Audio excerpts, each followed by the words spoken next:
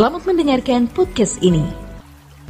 Shalom, kebenaran pada hari ini, Senin 4 April 2022, bertema Dinikmati Tuhan.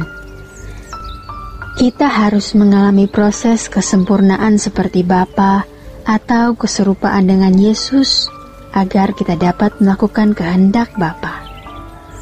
Sebab hanya orang yang melakukan kehendak Bapa yang akan masuk ke dalam kerajaan surga. Di dalam konteks ini, menjadi anggota keluarga kerajaan Allah. Ingat, ada kalimat dalam Matius 7 ayat 21-23, "Aku tidak mengenal kamu." Artinya, aku tidak dapat menikmati kamu. Kamu tidak menyukakan hatiku. Kamu tidak menyukakan hati Allah Bapa. Kata mengenal di ayat ini menggunakan kata ginosko yang sejajar dengan kata yada dalam bahasa Ibrani di Kejadian 4 ayat 1. Kiranya kita bisa dinikmati oleh Tuhan. Ini harus menjadi ambisi kita yang kuat. Hal ini harus kita tegaskan sebagai peringatan bahwa kalau kita masih gagal menghayati dunia bukan rumah kita, yang ditandai dengan tidak adanya kerinduan terhadap kerajaan surga, tidak adanya kerinduan pulang ke rumah Bapa, berarti kita sesat. Rasanya tidak ada seorang pun yang ingin masuk ke neraka. Semua orang ingin masuk ke surga, tapi tidak merindukannya. Orang yang sesat adalah orang yang tidak tahu di mana rumahnya dan tidak menginginkan pulang. Di Lukas 15 mengenai anak terhilang, anak itu tidak suka rumahnya, berarti ia tidak suka bapaknya juga. Kita harus menangisi, meratapi diri kita kalau kita tidak merindukan pulang ke surga. Bapak Ibu, maka jangan heran jika Tuhan menghajar kita dengan banyak kepedihan hidup. Kepedihan hidup itulah yang dapat membuat kita terangkat. Kita dikejutkan atau seperti badai. Supaya ibarat Raja Wali kena badai, ia akan terbang tinggi. Jadi kalau sekarang hidup kita dalam badai, itu agar kita bisa terbang tinggi. Keadaan sulit, kekecewaan, kepedihan hati membuat kita memandang surga. Anak yang terhilang di Lukas 15 ayat 18 mengatakan, "Aku akan bangkit dan pergi kepada bapakku dan berkata kepadanya, Bapak, aku telah berdosa terhadap surga dan terhadap Bapak." Ketika seorang Kristen tidak mengingini surga, tidak merindukan sungguh-sungguh, sejatinya ia mengkhianati Bapa. Kenapa? Karena pasti ada ikatan percintaan dunia. Masalahnya, kekristenan yang kita warisi adalah kekristenan yang sebenarnya sudah berubah warna, yang esensinya berbeda dari kekristenan awal yang diajarkan Yesus. Coba perhatikan, bagaimana orang-orang Kristen mula-mula rela kehilangan apapun. Dan sementara di bagian lain Tuhan juga berfirman, "Kasihilah Tuhan Allahmu dengan segenap hati, dengan segenap jiwa, segenap akal budi, segenap kekuatan." Segenap berarti kurang dari itu tidak bisa. Allah itu absolut dan pantas untuk dicintai, dihormati dengan segenap hati, jiwa, akal budi, dan kekuatan kita. Maka Tuhan Yesus berkata, "Kamu tak dapat mengabdi kepada dua tuan.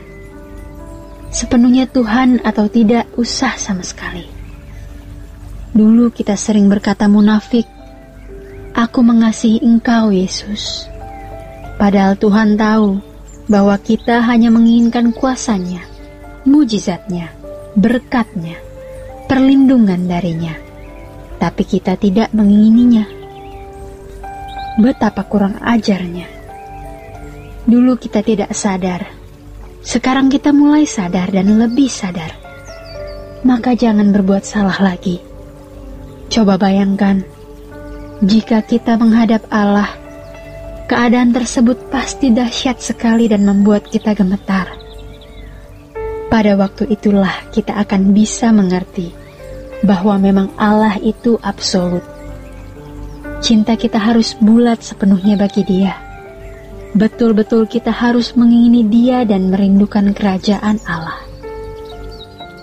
Bapak Ibu, mari kita kobarkan cinta kita kepada Tuhan.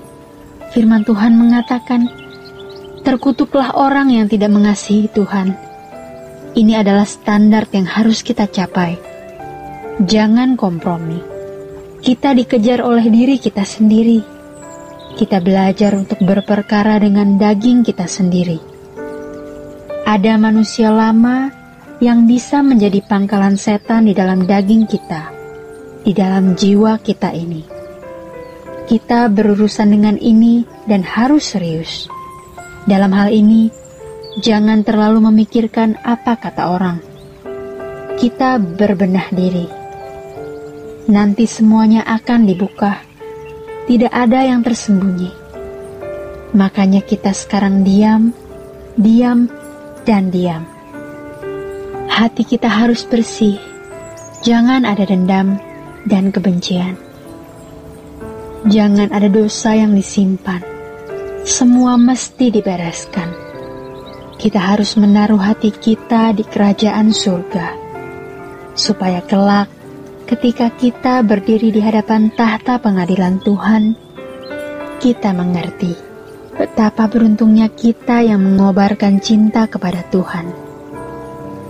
Jangan nanti waktu meninggal, kita baru belajar menghormati Allah. Orang tidak bisa merindukan kerajaan Allah mendadak atau mencintai Allah mendadak. Tidak bisa. Karena membangun selera rohani, membangun kecintaan akan Allah dan kerajaan surga membutuhkan waktu. Roh Kudus pasti memimpin kita. Tapi setan juga berusaha untuk menarik kita tetap berparkir dan menunda pertobatan. Menunda mencintai Allah. Jangan menunda. Praktikan dalam setiap kehidupan. Artinya, dalam setiap langkah kita. Kalau ada yang salah, langsung cepat-cepat minta ampun. Kita akan memiliki banyak kesempatan untuk menikmati dunia, menikmati dosa, kemungkinan-kemungkinan yang begitu mudah kita peroleh untuk menikmati daging, nafsu, dan jiwa kita. Ketika kita berkata tidak, itu adalah keharuman dan Bapa di surga menghirup keharumannya. Maka dari itu Bapak Ibu, mari kita mengingat, kalau kita masih gagal menghayati bahwa dunia bukan rumah kita, berarti kita sesat dan hidup kita tidak dapat dinikmati Tuhan. Sampai di sini kebenaran firman Tuhan pada hari ini. Tuhan Yesus memberkati kita.